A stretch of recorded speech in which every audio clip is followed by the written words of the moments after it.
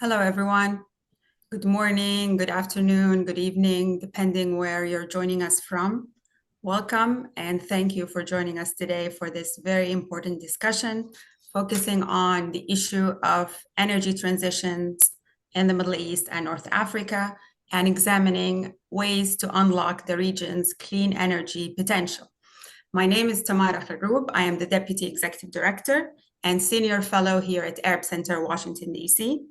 And we are very pleased to be organizing this event in partnership with the Carbon Institute. Thanks to Karim El-Gindi for working with us on planning this event. And thanks to everyone at Arab Center, Washington, D.C. and at the Carbon Institute for helping plan this webinar. For those not familiar with Arab Center Washington, D.C., just briefly, we are an independent research organization based in Washington, D.C., focusing on the study of U.S. foreign policy in the Arab world, with special attention to issues of human rights, democracy, and just and peaceful resolution to conflict. We've been fully functional since 2015, so this year, 2025, is our 10-year anniversary. Happy birthday to us. Our mission at Arab Center Washington, D.C. is to offer Arab and indigenous perspectives to U.S. policy conversations traditionally missing, and to center human and rights-based approaches to policymaking. This is why we are delighted to be co-hosting this webinar, which promises to be an insightful discussion on one of the most important and transformative topics shaping the region's future. As you know, the MENA region has long been synonymous with energy, but for much of the past century, that energy has come from oil and gas, and the region has been plagued with energy inequalities. Now we are witnessing a remarkable shift as countries across the region are setting ambitious renewable energy targets and investing heavily in clean energy sources like solar, wind, and green hydrogen. But investing in renewable energy and realizing the region's clean energy potential require more than just ambitious goals. It demands technological know-how, adequate financing, and supportive policy frameworks and regional cooperation and geopolitics. So to assess all these elements, we are very fortunate with us today to have an excellent panel of experts to discuss the challenges, the opportunities, and recommendations for a more sustainable and resilient energy future in the MENA region. I would like to thank all the speakers for joining us and for offering their time and insights, and I very much look forward to their remarks and their analyses. I would also like to thank Karim El-Gindi for partnering with us on organizing this event and for chairing the discussion. It is my pleasure to introduce Karim as the moderator for today's webinar. Karim El-Gindi is an energy and climate policy expert and the executive director of the Carbon Institute. I will now turn it over to Karim to start the discussion. Karim? Thank you. Thank you so much, Tamara. Good morning, good afternoon, everyone, and welcome to today's webinar. I think Tamara has done most of the heavy lifting for me, so perhaps I could do a little brief about what the Carbon Institute is, because unlike the Arab Center in Washington, we're just founded this year, so I would say we're 9 years younger. And I'm pleased to moderate this important discussion amongst great experts on energy and climate in the region. We are absolute honor for me to take part in this as a moderator. The Middle East and North Africa region it's incredible. It's always been synonymous with great energy sources, from fossil fuels to solar and wind potential, or theoretical potentials, I should say. But this journey of the region to accept and perhaps embrace the energy transition has been quite long and rather arduous, and one would even say heterogeneous, depending on the sub-regions and even individual countries. So more than any other region, one notices that the MENA region had its pace and momentum shaped by different drivers, and most of the drivers for the energy transition have been, in fact, economical and in some cases geopolitical, or not necessarily driven by conventional climate action. Today, we see Saudi Arabia, for example, is committed to building 20 gigawatts of solar and wind generation capacity every year until 2030, and something completely unheard of in any regional country, and quite a record by any standards. And just last week, it broke another record for the cheapest electricity generated from wind power. Morocco, Jordan, United Arab Emirates, and Egypt are not that far behind. In fact, they were at some certain points over the last 10 years ahead, and they all made great progress in meeting their quite ambitious plan to increase renewable shares of the electricity grid. And of course, we see some nuclear in the case of United Arab Emirates. But progress is quite variable. It varies widely in different countries of the region, and finance remains a big challenge. So the conversation today would really tackle this issue from three aspects. One, the technical landscape, understand where we are, what technologies are being used, and what is the state of play. And the second one would look at the funding aspect. The second, specifically what it takes to achieve the goals, the energy transition goals that the regional countries have set for themselves. And of course, the geopolitical aspects. What does great power competition? What does the challenges that we've seen today on trade and tariffing will do to influence partnerships and also influence the path forward for the energy transition? And we have got an incredible lineup of speakers that will shed light on all of these issues. So you're certainly in for a great wealth of insights. The first up will be Dr. Jawad Al-Kharraz, who is the CEO of the Water Energy Climate Expert Network, WECEN. He's also the former director of the Regional Center for Renewable Energy and Energy Efficiency, known as RECRE. He spent about 2 decades working on renewable energy, energy policy, technology, capacity building in general across the MENA region. Next up, we will have Dr. Dina Zayed, who is an independent consultant and specifically focused on participatory action. She's also an associate fellow with us at the Carbon Institute, working on the intersection of climate finance, adaptation, and also social equity. Third up would be Dr. Karen Young, who's a senior research scholar at Columbia University Center for Global Energy Policy, and she's certainly one of the foremost analysts on Gulf political economy specifically, but also on energy strategy. And she wrote a book recently called Energy Transitions in the Middle East. So that would make a lot of sense for her to speak on this panel, I would say. And finally, last but not least, is Dr. Jim Crane, who is the Diana Tamari Sabagh Fellow of the Middle East Energy Studies and the co-director of the Middle East Energy Roundtable at Rice University's Baker Institute for Public Policy. He's also the author of Energy Kingdoms, Oil and Political Survival in the Persian Gulf. But before we begin and get the speakers started with their initial remarks, just a quick reminder that audience members on Zoom can send their any questions that they have using the Q&A feature at any point, but they could also email events@arabcenterdc.org, and we'll address those questions in the final 15 minutes or so of the session. So let's begin with Dr. Jawad. I think it'd be great for him to give us an overview of the current state of renewables in the MENA region, what deployment is happening, what technologies are gaining traction, and perhaps some of the barriers, the technical barriers that we're seeing for scaling up. Dr. Jawad, the floor is yours. Thank you very much, Karim. Good afternoon, good morning, everyone. Thanks to the Arab Center, Washington, D.C., and the Carbon Institute for hosting this, I believe, a timely discussion, as we are only 2 weeks, less than 2 weeks from the COP30 in Brazil. So I think it's important to reflect on the role of the MENA region in the global energy transition.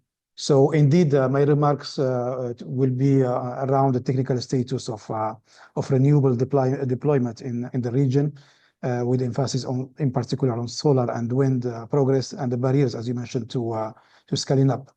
So first, let's ground ourselves in the current landscape. So as you know, the MENA region, around 500 million people, around 5 trillion GDP, is a hydrocarbon powerhouse, as you know, holding like almost 50 or 58% of the global oil reserve and 43% of the gas reserves. And it's obviously highly vulnerable to climate change. So with energy demand rising almost 2% annually. So renewables currently makes up just 0.4% of the primary energy mix, with no hydro renewables at 6% of generation, However, installed capacities has grown considerably to about around 55.9 gigawatt as per the latest data from IRENA. 2023, we were in 53 gigawatt capacities. So this represents progress, but it's uneven. So 7 countries are leading. So we mentioned already, Karim, Saudi Arabia, they're doing a lot. And obviously, we have Egypt, Morocco, Jordan, UAE, Oman. So these countries are in the front because of many things, because obviously of the political will, because of many reforms that took place in terms of the policies, the regulatory framework, the financial mechanism, starting with feed-in tariff or auctions and competitive bids, etc., that lead to very competitive prices of electricity from renewables. So when we look at the solar and wind, they are driving this shift. So leverage in MENA, obviously, we have a huge potential in the region, almost 26% of the global solar irradiance that falls in the region. So theoretically, it's enough to meet half the world's electricity demand. So it's a huge. So solar deployment has surged. The region has, aims at reaching 75 gigawatt of solar PV by 2030. Part of the 150 gigawatt of total renewable targets. We have many flagship projects, as you know, in the region. So Benban Solar Park in Egypt, we are talking about 1.8 gigawatt. The Noor Ouarzazate CSP plant in Morocco, 500 megawatt, 580 megawatt, and also Mohammed bin Rashid Al Maktoum Solar Park, which is 5 gigawatt by 2030. So when it comes to wind, the same. We have huge capacities in the Gulf of Suez, in Egypt. We have also many plants in the north of Morocco, in the south, in Jordan, in Tafila wind farm, in Saudi Arabia. So we have a huge capacity. So as I said, all what has been done in the last decade had led us to a very competitive prices, less than 2 cents dollar kilowatt hour, which make it very competitive, more competitive than any other region in the world. Also, I can add the green hydrogen development. So it's emerging as a possible game changer. As you know, we got some national strategies in Morocco, in Egypt, in Saudi Arabia, UAE, Oman, in Jordan. And so trying to make use of this solar and wind potential of the region. Plus, we have obviously other advantages. So apart from the competitive price I mentioned, also the proximity from the demanding market, like the EU markets. We have, as Tamara mentioned at the beginning, very ambitious target when it comes to renewables. So Morocco, we are talking about 52% by 2030, in Egypt for 42%, almost 50% in the UAE in 2030. So very ambitious targets. So that will definitely push also this green hydrogen potential. In parallel with that, so we have some regional initiative that's aiming at boosting this renewable capacities. So Karim mentioned Pyramid, which is a bottom-up initiative launched by a coalition of civil society organizations and think tanks in the region, with the idea to reach 1 terawatt renewables by 2030. The idea is to project the COP28 pledge of triple renewables to the Mediterranean region. So obviously this number comes from a study that we carried out 2 years ago. We tried to assess the installed capacities, the national targets, and we concluded that we can reach like 650 gigawatt by 2030. So there may be a gap of 350 gigawatt to reach 1 terawatt. So we say it's worth to work on that, to try to boost the countries to fill this gap by 2030. So obviously this could lead to the efforts of decarbonization. We have targets of decarbonization in all our countries, net zero by 2040 or 2050. Also in terms of some applications like green industrialization, desalination. We have more and more desalination plants powered by renewables in Morocco, in Egypt and Jordan. Just yesterday, a huge project was approved by GCF for desalination plants powered by solar in the Aqaba to bring water to Amman. So all this show how serious are in the region to boost renewable capacities. But obviously, we have still barriers. We have still some challenges to overcome. Technically, so we have in some cases, outdated grids that struggle with the variable, renewable integration. As Karim mentioned, we have variable progress, obviously. We have some countries that are doing well and they are expanding. Some countries, because of geopolitical situation, is not helping. But again, still, we lack this integration of smart tech, mini grids, a lot of effort to be done at the level of storage. Also at the level of policies, we have sometimes some uncertainty, some regulatory hurdles, let's say, and obviously the upfront costs are always there. So we know how to bring finance in some of the countries I mentioned, like Egypt and Morocco, but still I think we can do better to bring the finance for our renewable projects, especially that when you look at the medium and small enterprises. So I mean they are struggling to get finance for their project.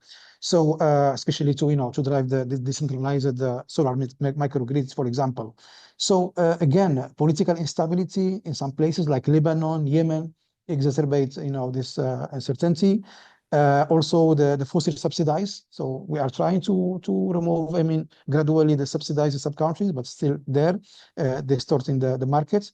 Also at the level of workforce and supply chain localization challenges. So we need to invest on that, train our engineers and technicians in the region, particularly in the Gulf, for example, including some technology gaps also and limited domestic markets. For example, when we talk about green hydrogen, often we talk about exportation of green hydrogen to Europe, but we don't talk about creating the local demand. So to overcome this, so just to conclude quickly, we need obviously to work on the grid in parallel. So we need to modernize the grid. We need obviously also to make use of the digitalization, the AI, all these kind of things to boost the sector. We need inclusive policies. So we need really to have a just and inclusive energy transition. So we need to include everyone and make it also beneficial for all the society, not part of it. And as you can see also in some reform that has been done in some countries. In Morocco, for example, we have a national agency on renewables. They are doing a lot, and their PPP model are success stories. So you know how to include the private sector to develop a renewable project. And definitely regional collaboration is very needed, to enhance the cross-border trade and security. We have some frameworks, the League of Arab States, we have the Union for the Mediterranean, we have the UFM energy platforms. We have now, as I mentioned, TerraMed initiative. We have also the EU coming with the TMed initiative that will be launched early next year. So all this probably will help, boosting the regional cooperation, which is very important. So in summary, I believe the MENA renewable deployment is accelerating, probably not at the pace we wish, but scaling solar and wind requires addressing, as I say, technical, regulatory, and financing barriers head on. So hopefully initiative like TerraMed and TMed show the path forward. So I look forward to discussing more with the speakers. So in particular, the intersect with the economic diversification, the geopolitical dimension, and finance. Thank you, Karim, again. Thank you, Jawad. This is excellent. I think it's a great grounding. You also touched on some of the partnerships that I hope Dina could also touch on, as well as the need for financing. So that's the really most critical element of that transition, specifically in some of the non-GCC parts of the region. So our next speaker, Dr. Dina Zaid, I think will address that at length, hopefully. I mean, when I say that length, I mean within 5 minutes. Obviously, most of the MENA countries have put some ambitious renewable energy targets, sometimes too ambitious. The progress has certainly not been as strong as it could have been to match some of those renewable targets. And in many cases, it's the investments that are often far below what's required to meet those targets. So perhaps Dina could tell us, I mean, what's the scale of the gap? Where is it most acute, and what does it take to plug it? Dina, over to you. Thank you so much. Thank you so much, Karim, and wonderful to sort of build on the comments that Jawad has already laid out for us. It's always a difficult position to be asked to talk about the money because money is a very expensive subject, isn't it? But I want to kind of take a step back and acknowledge the changes we're observing and to connect this to the bird's eye view that Jawad has very helpfully laid out. But we have a context now where nearly 70% of the region's emissions are covered by some kind of net zero pledge. This is a 60% increase from 2 years ago. And we know that green investments are projected to contribute up to $2 trillion to regional GDP by 2030. These are some of the projections that we have. The United Arab Emirates alone has committed $270 billion to meet its environmental goals by 2030. Now, we've seen that the region's domestic markets are showing signs of growth in green financing, and some of this has been described as unprecedented, and it's most certainly been very rapidly evolving. Just to take one example, green bonds and sukuk issuance has doubled from 12 billion in 2022 to 24 billion in 2023, and that's potentially part of the halo effect of hosting 2 back-to-back climate summits in the region. But it's also a sign of major change. And while it's still a tiny fraction of the global market, it's a significant reflection of shifting national development priorities. And to build on a point that Karim made in the introduction, there's a reckoning that renewable energy isn't just about climate change, but basic economic diversification necessity. So Qatar's debut last May in the green bond market with a $2.5 billion issuance, or Saudi Arabia's 2023 green financing framework, all come to mind as examples of this changing finance landscape. Just a few weeks ago, some of you might have seen that Saudi's Public Investment Fund announced a debut of a $1.65 billion Euro green bond offering, and that was 6 times oversubscribed. This is all happening within a broader shift where 90% of the region's sovereign wealth funds have now embedded sustainability in their core strategies. Some countries in the region are also setting their eyes a bit more broadly. The UAE especially is an example of this, of a country that's trying to show up as a climate diplomacy champion on the international stage. The Altera Fund, which was announced at COP28, is one of the world's largest private climate investment funds, and they have a vision to mobilize $250 billion in climate solutions by 2030. Now, this has also already kind of been touched upon and mentioned, but I can expand a bit further to say that we need to be thinking not just about incoming investments into the region, but also to be thinking about outgoing investments from the region. So for instance, Saudi Arabia, the UAE, and Oman, they received about $24 billion of the global total green foreign direct investment between 2020 and 2024. But together, they invested around $132 billion in green projects abroad. Why does this matter? Because these investments are also investments in their respective national development strategic priorities. Many of them are geared towards enabling technology transfer and learning. And while we don't have a very comprehensive empirical evidence around this, we see that investing in clean tech elsewhere has also had some impact on ensuring that the GCC has some of the lowest costs for energy in the world, with 6 out of 10 of the lowest cost solar projects globally are found in the region. So what we're left here with is a rapidly changing clean energy and finance landscape, where some of the countries in the region are not just playing a role to shift their economies, but they're leveraging their financial powers, much of it originally derived from hydrocarbons, to do this beyond their borders. Now, having all of this said, and we zoom out further, we see many, many layers of nuance in the region's climate finance story, and one where capital is slow-moving in some parts and not others, is risk-averse, and it's unevenly distributed. As of November 2023, the Middle East as a whole received roughly 6% of total global climate financing. This is among the lowest shares in the world. More crucially, and I'll get to why this matters in a second, much of this funding has been exclusively geared towards climate change mitigation projects. Taking bilateral, regional, and other flows into consideration, financing for mitigation exceeds finance for adaptation by a factor of 5 to 1. It's also concentrated in just 2 countries, and you might have heard this a little bit from Jawad, but Morocco and Egypt primarily. Against that, the region's least developed countries, including Somalia, Djibouti, Sudan, and Yemen, receive less than 4% of already minuscule climate finance flows to the region. So we need to situate the region's climate finance realities within a global picture, and to also say very clearly that the issue here isn't just that the region has a very small share of global climate finance, it's that the climate finance regime writ large is deeply inequitable, ineffective, and insufficient.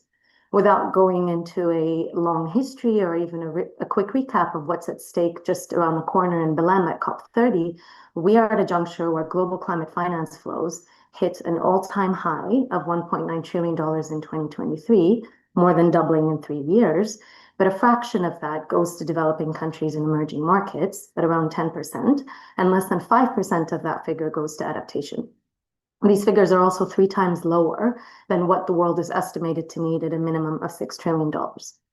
And I'm mentioning all of these potentially contradictory figures is because we need to take a step back and ask ourselves which Middle East is undergoing a clean energy transition, with whose dollar, and how did they get that money? So the fiscal costs of clean energy also need to be put into an overall context, examining how the region is dealing with climate change more broadly and how capital is flowing or not to support that. We have to be thinking about the question fundamentally of clean energy for what? What does it mean for a region that has the most water-stressed countries on Earth to invest in renewable energy infrastructure? Or where do we factor the reality that much of the Gulf's peak electricity consumption is used on air conditioning? And as the region in the world continues to exceed historic temperature thresholds and the number of cooling units are closely following, what does that mean for the energy transition and our ability to adapt? This is a region that is a net food importer, that is extremely thirsty, it is extremely hot, and where some of the poorest and most fragile societies are war-torn and struggling to access global finance markets. So the relationship between development, humanitarianism, and climate action is not really hypothetical in this part of the world. Likewise, the water-energy nexus isn't just conceptual, it's a lived reality. Jawed has already also talked about this a little bit, but to desalinate water, we need incredible energy intensities. And while integrating desalination plants with renewable power is technically possible, the financial costs are currently not very viable. So all of this to say is that the conversation on financing the energy transition is a broader one on greening the financial sector and understanding that, especially for the Middle East, shifting away from hydrocarbons isn't just about funding the building of wind or solar farms, but it's about reconfiguring national budgets, about subsidy regimes, about reimagining social contracts without triggering fundamental economic and political instability, both within countries and across the region. It is also about reconciling between a very complex set of adaptation and mitigation trade-offs. So I want to sort of bring this to a close by emphasizing 4 key messages. First, pledges to clean energy only go so far as the capital to move those pledges into reality. And while we are seeing very rapid changes and wholesale changes, in fact, in finance commitments across the region, we still have a very long way to go for that capital to scale, to be distributed where it is most needed, and for it to become not just a nice-to-have investment opportunity, but a priority. Second is the region's energy transition needs to be understood holistically. For a part of the world that is warming twice as fast as the global average, and which is profoundly vulnerable to climate change, a conversation about decarbonization in the region cannot sit in a different part of our minds as a conversation on resilience and adaptation. How the region adapts depends on how it manages its energy present and future, and how it manages its energy shapes how it adapts. So we need to be very clear that the policy and economic choices on clean energy are intrinsically tied to the choices needed to feed, cool, and cure millions of people across the region. And this brings me to the third of my messages, and that is, given the complexity of these relationships and the fact that we need to apply systems thinking to what is a systems problem, we have to normalize a universe in which the people talking about clean energy are not just the engineers and the technicians, but the bankers and the policymakers, because fundamentally, the problem is one of capital across a financial supply chain, across domestic, regional, and global scales. And yet, my fourth and most important message is that these stakeholders cannot be left alone to make decisions on behalf of the poorest, most vulnerable, and least heard social groups. For the region to leapfrog into a climate resilient future, it has to prioritize programs and policies that center citizens and give them greater degrees of autonomy and voice over their futures and their lives. Every time we are evaluating the green transition and the clean energy turn in the region is an opportunity to ask ourselves some difficult empirical and, I would say, fundamentally moral questions on who is benefiting where and who are we leaving behind. Thank you, Karim. Thank you so much, Dina. This is exceptional. I think I'm gonna quote you on the pledges without financial commitments are just aspirations. I think that's basically what you said, right? So for the next dimension, I think we'll explore the geopolitical aspect and how perhaps the shift in global order is shaping the MENA energy transition. The region has patently been hedging between incumbent and rising powers, and has also been clearly expanding its clean energy partnerships on both the West, in the US and in Europe, and also on the East, specifically with China. And the energy transition, in a way, has become a reflection of the great power competition, in as much as it is about renewable energy. So in the last couple of years, we've seen that China specifically partnering with the region, not just investing in installations, but also investing in clean tech industries, from the United Arab Emirates to Egypt to Morocco. So we're hoping that Dr. Young will discuss some of these geopolitical dynamics and how they affect national energy strategies, how they affect investments as they compete in different for the same geographic spaces, and also perhaps how some Gulf states specifically could navigate that and emerge as clean energy hubs. So, Dr. Young, the floor is yours. Thank you so much. It's great to be with you. Thanks to the Arab Center, and thank you especially to Karim, and congrats on the launch of Carboon and your early success. It's just doing great. So let's talk about the geopolitics. I mean, this moment that we're in, kind of the big overarching environment, is one of very much the collapse of neoliberal institutionalism, of these norms, of the idea that the more interdependent we were, the more peaceful our system would be. And that includes the openness of markets, and particularly the reliability of energy markets. My colleagues at the Center on Global Energy Policy, my boss, Jason Bordoff, had a wonderful article just in the most recent Foreign Affairs with Megan O'Sullivan on energy weaponization. So this being the kind of, very difficult side of a global concern for energy security, and the way that states are using energy resources as a tool of statecraft, but certainly also as a punitive tool. So that's the age that we're entering, and it puts and realigns the Middle East as a region in interesting and opportunistic ways, but also as sites of vulnerability as well. Part of this is this concern for resource nationalism, and that is detrimental, of course, to climate goals, because the concern is pretty much fuel agnostic. It's more about energy abundance at home, and not about what the effects of that might be in terms of our climate change realities. We also know that global oil demand continues to rise, and the latest projections from the IEA and BP are that we're going to see kind of continued oil demand growth through 2050. This also has geopolitical implications in that where that supply more and more will come from, and we expect that OPEC will make up about 40% of global oil supply by 2050, and OPEC being concentrated really more and more by producers in the Gulf and within the MENA region. Electricity demand in the region is also really accelerating very quickly. So we're seeing electricity demand in MENA rise by about 50% in just in the next 10 years, by 2035.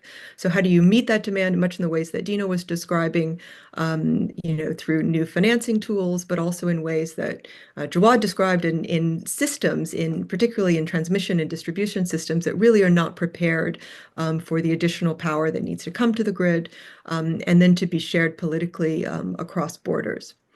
So, this era of energy politics, I think, is interesting for the Middle East. It's certainly changing the role in the way that we've thought about the region's fortunes, traditionally tied to hydrocarbon rents. Now it's really more about, I would say, three intersecting dynamics. So new partnerships, which Karim, you mentioned, between Middle Eastern producers and major powers in the investment space, in technology, and also as we see this kind of realignment of security interest. That's a factor of great power competition between the US and China, but also other players, emerging Asian players. And all are really vying for different things, not just for natural resources, but access to those, kind of a realignment and new creation of markets. And so what's happening particularly in the Gulf as a central site of the deployment of capital is really important. And also the way that national strategies, particularly when the GCC, but as Jawad mentioned, we have a pretty robust set of climate commitments and energy transition plans and diversification plans throughout the region. So, what this means is that the region isn't just a supplier of oil and gas, and we don't have the energy security relationship, particularly between the US and the Middle East of the 1970s, that more this is a region, and particularly the Gulf, that can be an architect of this emergent energy system because of the ability to integrate and manage and direct capital flows, but also new kinds of industrial partnerships. So it's more of a transition from linear dependence to, I think, actually, ironically, a diversified interdependence, but in new ways. So, the energy dependence on Gulf oil and gas is declining, but at the same time, we've seen Asian markets, particularly China, India, South Korea, since really the 1990s, these are more dominant buyers of Gulf crude and LNG. And this means that energy diplomacy and the economic statecraft of the Gulf is going to be more oriented in that eastward direction. The kinds of strategic partnerships that we see emerging are also pretty important. So China is more and more the most important trading partner in the region, but also an important investor in downstream and petrochem, but also in renewable projects, as you've mentioned. Western partners are still important sources of technology. And, as Dina was describing, creates a lot of the demand for ESG compliant capital. That could be changing, but the market is still there. The kind of non-China Asian partners, Japan, South Korea, India, also have strategic partnership value in capabilities in hydrogen, ammonia, carbon capture systems that really align with Gulf decarb agendas. So, where do you see that happening? Think about these kind of hybrid ecosystems where you've got the finance, the capital coming together, technology, and then Western finance or more environmentally friendly, whether it's green bonds or ESG compliant materials and products. So when you see project like the UAE's Masdar Mitsui Engie Hydrogen Ventures or NEOM in Saudi Arabia, where you've got an American company, Air Products, combining forces with Aqua Power, which is half owned by the PIF, you can think of this in some ways, I would say, as like a trilateralization of energy collaboration, right? So it is centering the Gulf and the MENA region between great power competition, but also across different sectors in terms of energy collaboration, from capital to technology to deployment. The other resource, of course, in the region has been the amplification and globalization of sovereign wealth funds. So what the PIF from Saudi Arabia, UAE funds like Mubadala and ADQ are able to do as allocators of capital into renewables, also into critical minerals, battery materials, EV supply chains. This is really changing the opportunity set and the sector itself. And the way that we see other financial institutions, particularly institutional investors, private equity investors, aligning with these sovereign entities is changing the landscape absolutely of what energy infrastructure investment looks like. I think we're only beginning to see the tip of the iceberg of what that will be in the next 10 years. So in terms of structure of ownership, where the return goes, where the interests are aligned, it's actually, I think, ahead of where some of the state-to-state level engagement has been. The markets are moving a bit faster than traditional energy diplomacy is moving in that way. So I think we have a little bit of a paradox. So the countries that used to import a lot of Gulf hydrocarbons, particularly now, the United States, are looking more in terms of their domestic production. But any kind of decarbonization on a global scale is also going to combine with the opening of new markets of Gulf capital. So that creates an interesting synergy and certainly a technological advantage, perhaps, for deployment in the Gulf. This is going to be tricky because as we see more industrial policy and concern for tariffs, what does it mean to have a Chinese manufacturing plant of solar PV in Saudi Arabia? What is the country of origin and how would that be potentially taxed or tariffed for export? These are concerns that we didn't have 2 years ago, but now we have to think about as and there's also some interesting competition happening and opportunism for the Gulf when we think about hydrogen. So China is really dominating in terms of where green hydrogen technology or clean hydrogen technology might go. But the kind of biggest places of potential projects and deployment are in the GCC.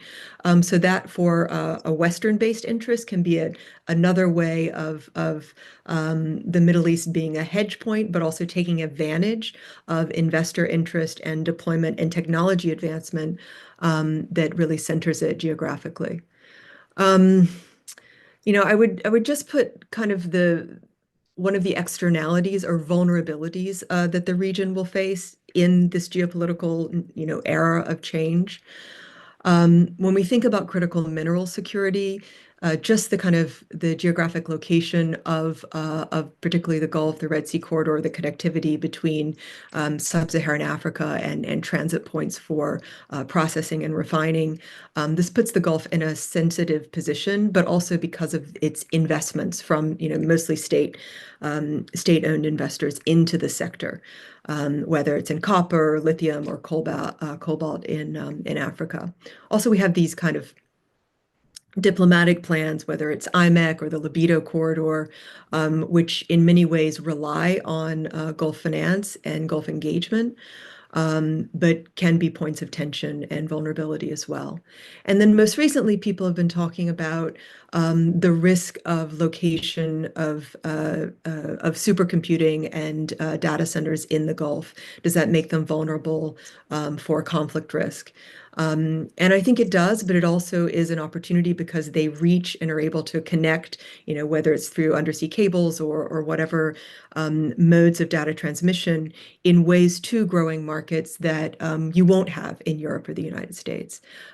So both opportunity and risk there. And I'll close with one point. What we're seeing, I think, is an emergence of very much a multipolar energy security architecture. The Gulf is no longer just a hydrocarbon supplier, but it sits at this nexus of an energy trade, of digital infrastructure, logistics and ports infrastructure, really connecting the parts of the world which are less willing to engage with each other. But we hope, this is an ever-evolving space, but it creates opportunity, but certainly points of vulnerability too. So I'll end there. Thank you, Kareem. That's great, Karen. I think we got more than we bartered for from that intervention. And one thing I would add is that the other half of Aqua Power's ownership is from the Silk Fund, the Silk Road Fund, which is a Chinese company. So you've got the US, China, and Saudi Arabia all in one beautiful mix there. So to your point about bridging the gap through energy potentially. So our final speaker is Dr. Jim Crane, who perhaps will place this discussion about the energy transition in a more of a political economy context. He's worked quite extensively. I've referred to his book, which looked at oil exporting states and how they adapt to other pressures, including climate pressure and energy transition pressures, and how the reforms have unfolded in a way that aligns to obviously domestic energy use as well as those global trends. So we're hoping he will discuss some of the domestic economic benefits of those investments into renewables, into other technologies, as well as renewables, as well as perhaps some of the challenges facing them, if you could. So Jim, all yours. Well, thanks, Kareem, and it's great to be here. It's a fantastic company, really good material so far. So I'll try and keep it short so we have some time for questions.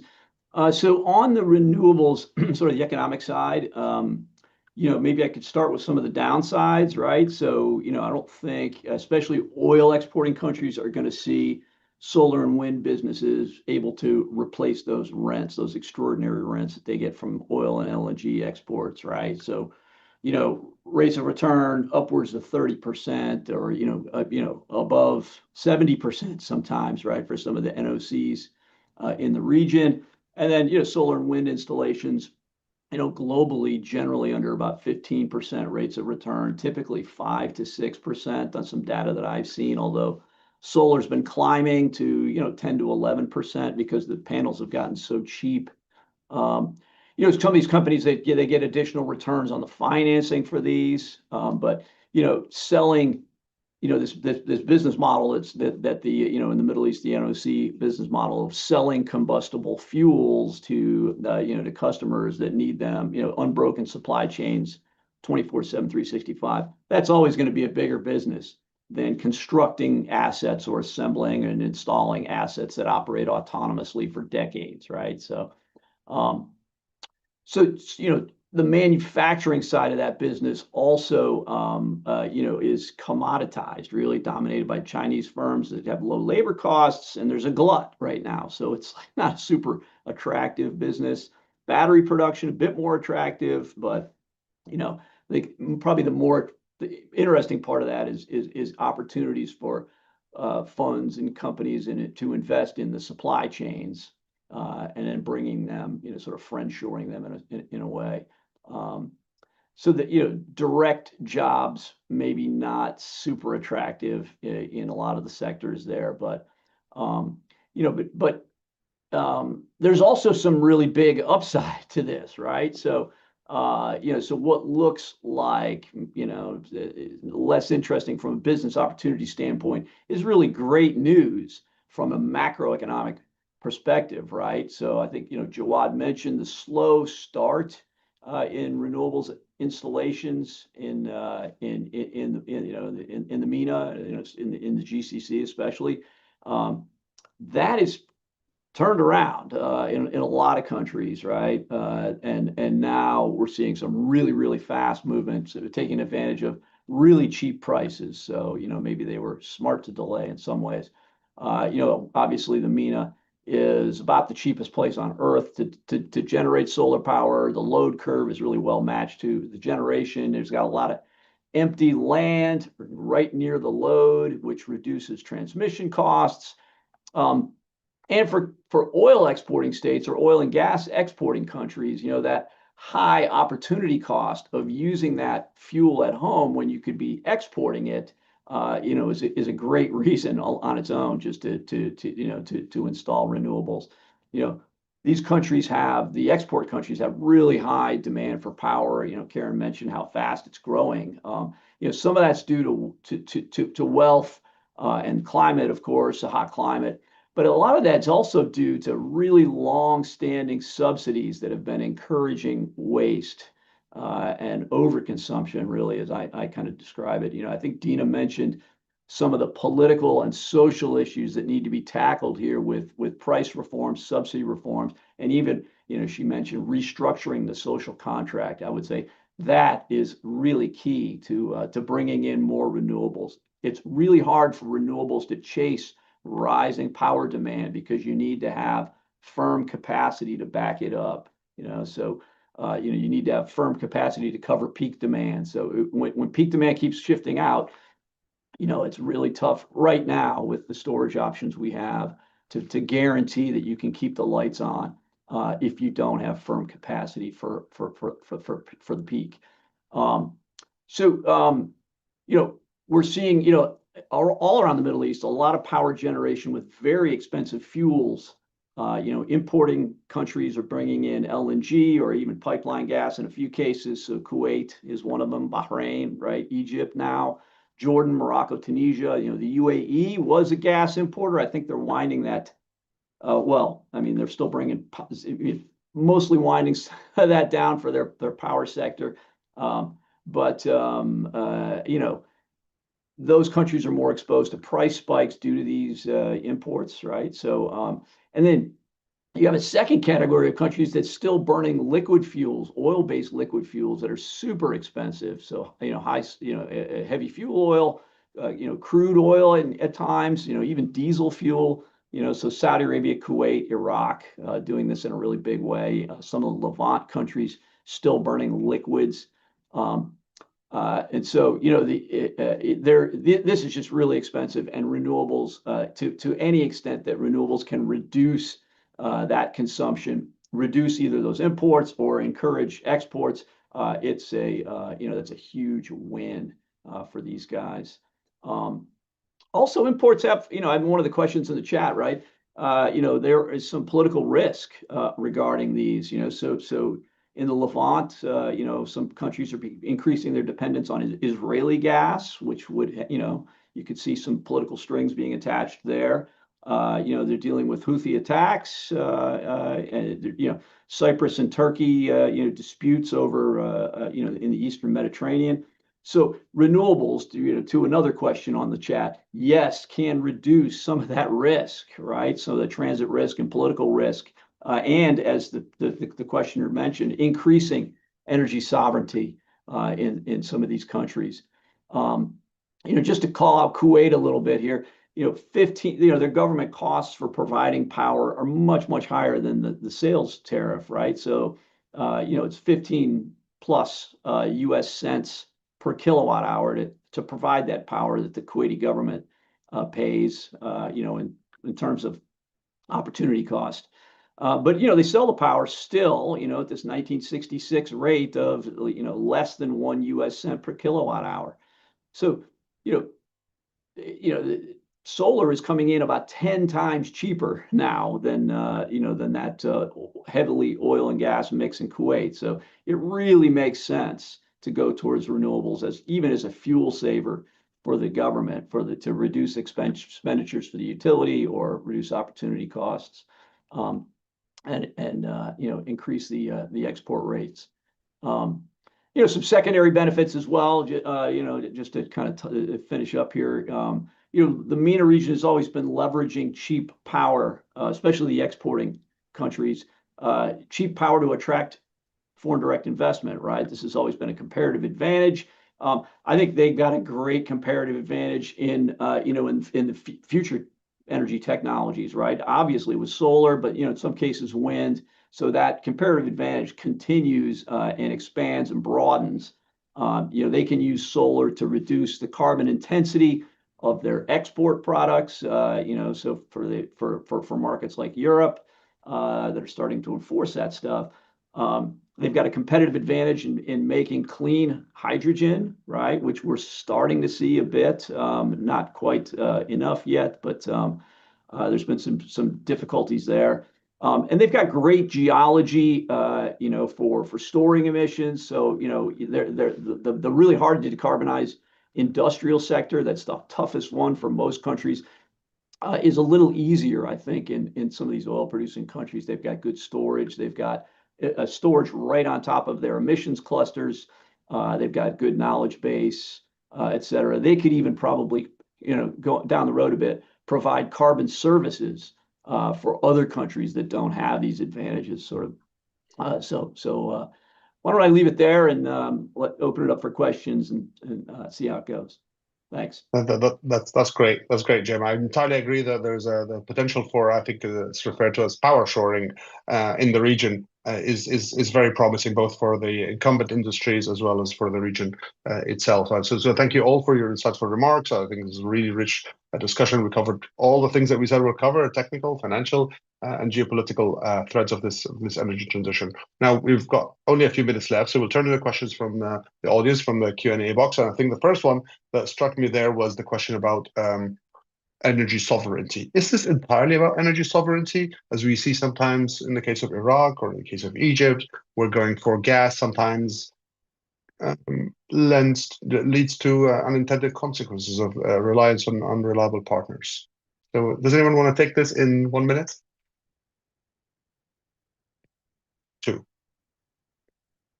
Well, sure. I mean, I think it's pretty clear that that there's a lot of transit risk and political risk in importing energy. No matter where you're getting it from, and if you can, reduce that risk in various ways. It doesn't have to be through renewables. You can build storage capacity, but even if you do build storage capacity, so let's say it's for natural gas, that storage capacity will last longer if you've got renewables, and you can reduce the usage of your thermal plants, right? So as Karen mentioned, political risk right now is a key thing. We're seeing it all over, people signaling political preferences in energy. So I'd say a combination of things, including a lot of renewables, can help. And Tina? I'll just say It's quite a high-level comment, and I'll try to stay away from strong controversy. But I think this question actually hits the nail on the head with thinking through what does it mean for us to have a just transition that centers the perspectives, the autonomy, and the views of citizens in many ways. I think what Karen was talking about, some of the sort of complex, and I really like the expression of this multipolar energy infrastructure and ecosystem. There's also something to be said about the extent to which many of these transactions, these deals, these structures are negotiated behind closed doors, and the extent to which we need to be thinking about the kind of transparency element of how we reckon with the energy transition across the region, both across countries and within countries. And so there's without going down a rabbit hole of what would require another panel and a completely separate conversation, but I think there is to tackle the question of energy sovereignty is to tackle the question of governance and to tackle the question of transparency, accountability, and justice and equity in the energy transition.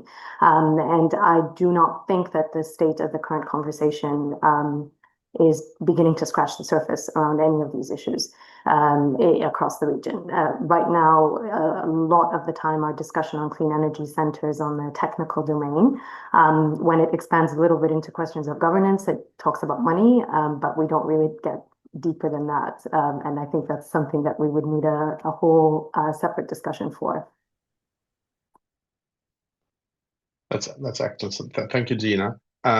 Unfortunately, Dr. Karen Young had to leave for another commitment in the last few minutes, but there's another question perhaps I can pose to the speakers. The question is also by Hamna Tayeb, who asked the previous question about the reforms or the breakthroughs, technological or otherwise, are most critical to achieving net zero or Vision 2030. And I would expand that a little bit to ask what would be the most critical enabler? If you can list one critical enabler that would accelerate renewable energy transition or the energy transition in general in the MENA region from each one of you in 10 seconds, what would that enabler be? The one thing that could unlock it.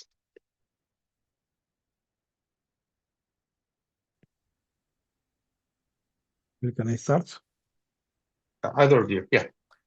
Yeah, I mean, it's difficult, but I mean, for me, the robust policy and reform of the regulations is a must, because without reforming really the regulations, I mean, things cannot, you cannot get to unlock the potential of the market.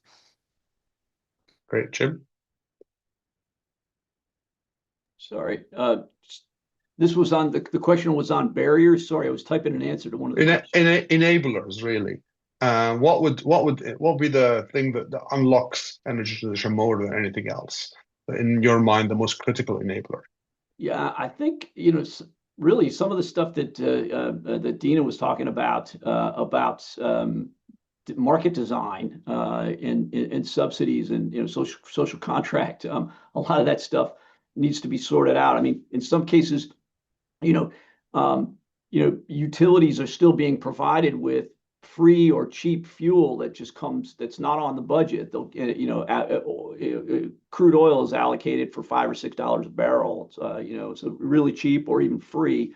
And the utilities are mandated to keep their power on no matter what. So they don't have any incentive yet in some countries to go for renewables. So even though renewables is so cheap, it's not as cheap as free, right? So, and then another barrier that seems to have held the region back for a while, I guess, was sort of a bad technology choice, which was, concentrating solar power, solar thermal, the mirror-based solar.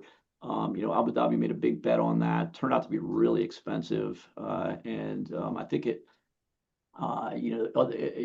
amid growing demand, right? That plant was almost no help with the demand growth there. So I think that caused a lot of delays as well. That are, now I think that's over with. I think people have, gotten to the point, but I think those two things have really held back investment. Okay, Dina, sorry, I have to move on here because we're running out of time. Dina? Thank you. I can just echo everything that Jim has said, and to add that, sort of reinforce two messages that I made. we need to be thinking about the relationship, the full holistic climate action spectrum.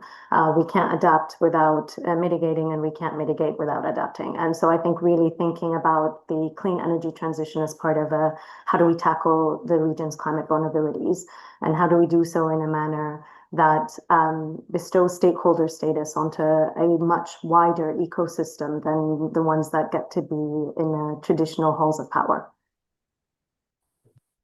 Thank you so much, Gina. I think that we're running out of time. There has been some incredible questions about countries in conflict, questions about nuclear, specifically small modular reactors, about Syria and Lebanon in particular, about the South Hydrogen Corridor project. Some really, really good questions, but unfortunately we ran out of time. But the conversation could certainly go on both the Arab Center in Washington's outlets, as well as the Carbone Institutes, and certainly with the other speakers who, for those who wanted their contact details, I think they're quite celebrities in their own world and could certainly be reached out to and give authorization to give their own contact details themselves. So I would unfortunately have to bring this to an end, and I would like to thank our audience for all of your interest and for those really good questions, even if we couldn't answer all of them. And absolutely thank all of our panelists, including Karen, who's no longer here, for their great interventions. And of course, thank the Arab Center in Washington for co-hosting this webinar. I look forward to more discussions like this on the energy future of the region, and I would bid you all farewell for now. Thank you so much.